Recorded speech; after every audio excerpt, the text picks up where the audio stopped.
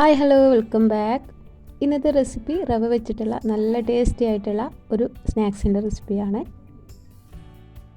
അപ്പോൾ ഈ ഒരു സ്നാക്സ് എങ്ങനെ റെഡിയാക്കി എടുക്കുന്നത് നോക്കാം. അതിന് മുന്നേ തന്നെ ചാനൽ സബ്സ്ക്രൈബ് ചെയ്യാത്തവർ സബ്സ്ക്രൈബ് ചെയ്ത് സപ്പോർട്ട് ചെയ്യാൻ മറക്കരുത്. അപ്പോൾ നമുക്ക് വീഡിയോയിലേക്ക് പോകാം. അതിന് വേണ്ടിയിട്ട് ഞാനിവിടെ ഈ ഒരു ഗ്ലാസ്സിൽ ഒരു ഗ്ലാസ് റവ എടുത്ത് വെച്ചിട്ടുണ്ട്. ഇനി ഇത് നമുക്ക് മിക്സിയുടെ ചെറിയ ജാറിലേക്കൊന്ന് ഇട്ട് കൊടുക്കാം. വറുത്ത റവയാണെങ്കിലും വറുക്കാത്ത റവയാണെങ്കിലും ഏത് വേണമെങ്കിലും ഇതിലേക്കായിട്ട് യൂസ് ചെയ്യാം.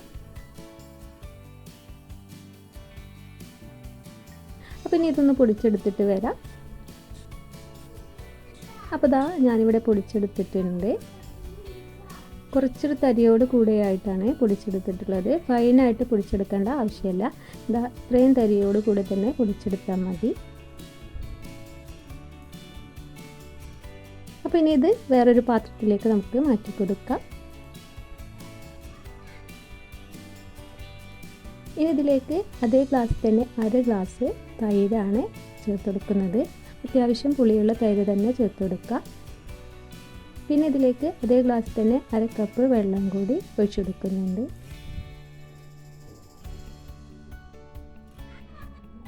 ഇനി ഇതെല്ലാം കൂടിയിട്ട് നല്ല രീതിയിലൊന്ന് മിക്സാക്കി കൊടുക്കാം.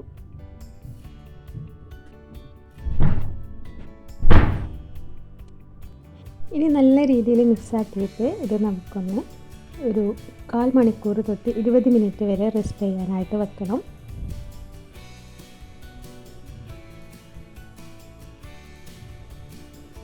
അപ്പോൾ അത് നല്ല രീതിയിലൊന്ന് മിക്സാക്കി കൊടുത്തിട്ടുണ്ട്. ഇനി അത് 20 മിനിറ്റോളം നമുക്കൊന്ന് റെസ്റ്റ് ചെയ്യാനായിട്ട് വെക്കാം.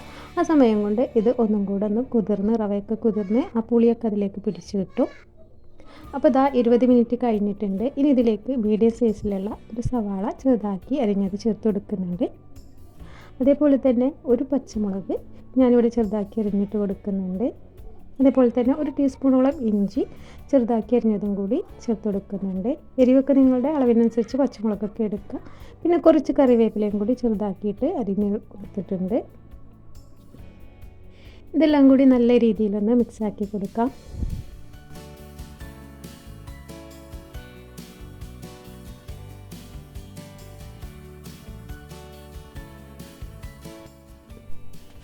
ഇനി ഇതിലേക്ക് ആവശ്യത്തിനുള്ള ഉപ്പ് ചേർത്ത് കൊടുക്കുക.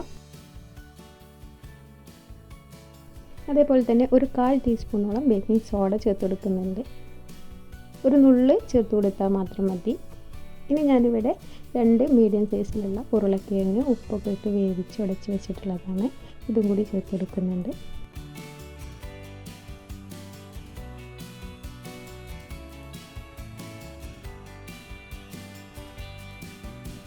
ഇനി നല്ല രീതിയിൽ കൈവച്ചിട്ടൊന്ന് കുഴച്ചെടുക്കാം.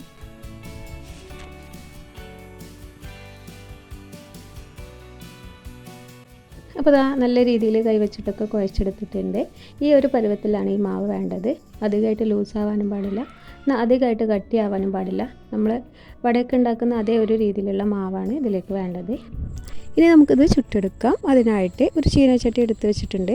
അതിലേക്ക് ഓയിൽ ഒഴിച്ച് കൊടുത്തിട്ട് അത് ചൂടാവുമ്പോൾ നമുക്ക് കൈ വെച്ചിട്ട് ഇതേപോലെ തന്നെ നമുക്ക് എല്ലാതും ഇതിലേക്ക് ഇട്ടിട്ട് ചുട്ടെടുക്കാം. ഇത് സ്പൂൺ വെച്ചിട്ട് നമുക്ക് ഇട്ടെടുക്കാം. ഇങ്ങനെ കൈ വെച്ചിട്ട് ഇട്ടെടുത്താൽ നമുക്ക് നല്ല രീതിയിൽ ബോൾസിൻ്റെ ഒരു ഷേപ്പിലാക്കി കിട്ടും. അതുകൊണ്ടാണ് ഞാൻ ഇതേപോലെ തന്നെ കൈ വെച്ചിട്ട് ഇട്ടെടുക്കുന്നത്. അതേപോലെ തന്നെ ഇത് ഓയിൽ നല്ല രീതിയിൽ ചൂടായതിന് ശേഷം ഇതിലേക്ക് ഇട്ട് കൊടുത്തിട്ട് ലോ ടു മീഡിയത്തിലാക്കിയിട്ടാണ് ഫ്രൈ ചെയ്തെടുക്കേണ്ടത്. അതല്ലാന്നുണ്ടെങ്കിൽ പുറം ഭാഗം പെട്ടെന്ന് കളറ് മാറിയിട്ട് മുരിഞ്ഞ് വരാനും ഉൾഭാഗം വേവാതിരിക്കാനുള്ള ചാൻസ് ഉണ്ട്.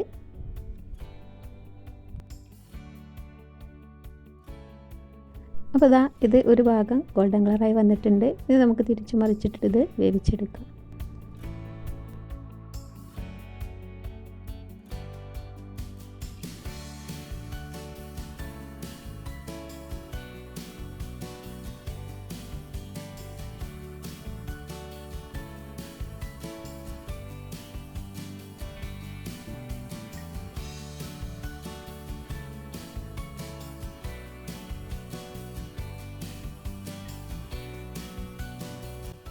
അപ്പോൾ അതാ ഇത് വെന്ത് വന്നിട്ടുണ്ട്. അപ്പോൾ ഇനി ഇത് നമുക്ക് കോരി മാറ്റി വെക്കാം.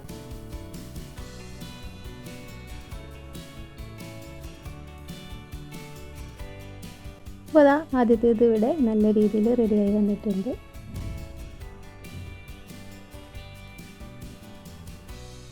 ഇതുപോലെ തന്നെ ബാക്കിയുള്ളത് നമുക്ക് ഫ്രൈ ചെയ്തെടുക്കാം.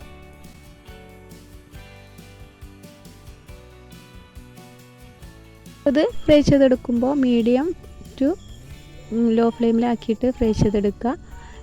മീഡിയത്തിലേക്കും ലോ ഫ്ലെയിമിലേക്കും ഇടയ്ക്കിടയ്ക്ക് കൂട്ടിയിട്ടും കുറച്ചിട്ടും ഫ്രൈ ചെയ്തെടുക്കുക. അതല്ലാന്നുണ്ടെങ്കിൽ ലോ ഫ്ലെയിമിലാക്കിയിട്ട് ഫ്രൈ ചെയ്തെടുത്താൽ ഇത് എണ്ണ കുടിക്കാനുള്ള ചാൻസ് ഉണ്ട്. അപ്പോൾ നിങ്ങൾ മീഡിയം ടു ലോ ഫ്ലെയിമിലാക്കിയിട്ട് മാറ്റിയിട്ട് കൊടുത്തിട്ട് ഇത് ഫ്രൈ ചെയ്തെടുക്കുക. അപ്പോൾ അതാ എല്ലാതും ഞാനിവിടെ ഇങ്ങനെ ചെയ്തെടുത്തിട്ടുണ്ട്. അപ്പോൾ അതാ നല്ല ടേസ്റ്റി ആയിട്ടുള്ള റവ വട ഇവിടെ റെഡി ആയിട്ടുണ്ട്. ഇത് ചമ്മന്തിയുടെ കൂടെയും ടൊമാറ്റോ സോസിൻ്റെ കൂടെയൊക്കെ കഴിക്കാൻ നല്ല ടേസ്റ്റി ആയിട്ടുള്ള ഒരു സ്നാക്സാണ്. അപ്പോൾ എല്ലാവരും ഒന്ന് ട്രൈ ചെയ്ത് നോക്കുക. ട്രൈ ചെയ്ത് നോക്കിയിട്ട് റെസിപ്പി ഇഷ്ടപ്പെട്ടാൽ ഫീഡ്ബാക്ക് അറിയിക്കാനൊന്നും മറക്കരുതേ. അതേപോലെ തന്നെ വീഡിയോ ഇഷ്ടപ്പെട്ടാൽ ലൈക്ക് ചെയ്യാനും സബ്സ്ക്രൈബ് ചെയ്യാത്തവർ സബ്സ്ക്രൈബ് ചെയ്ത് ചാനലിനെ സപ്പോർട്ട് ചെയ്യാനും കൂടെ മറക്കരുതേ.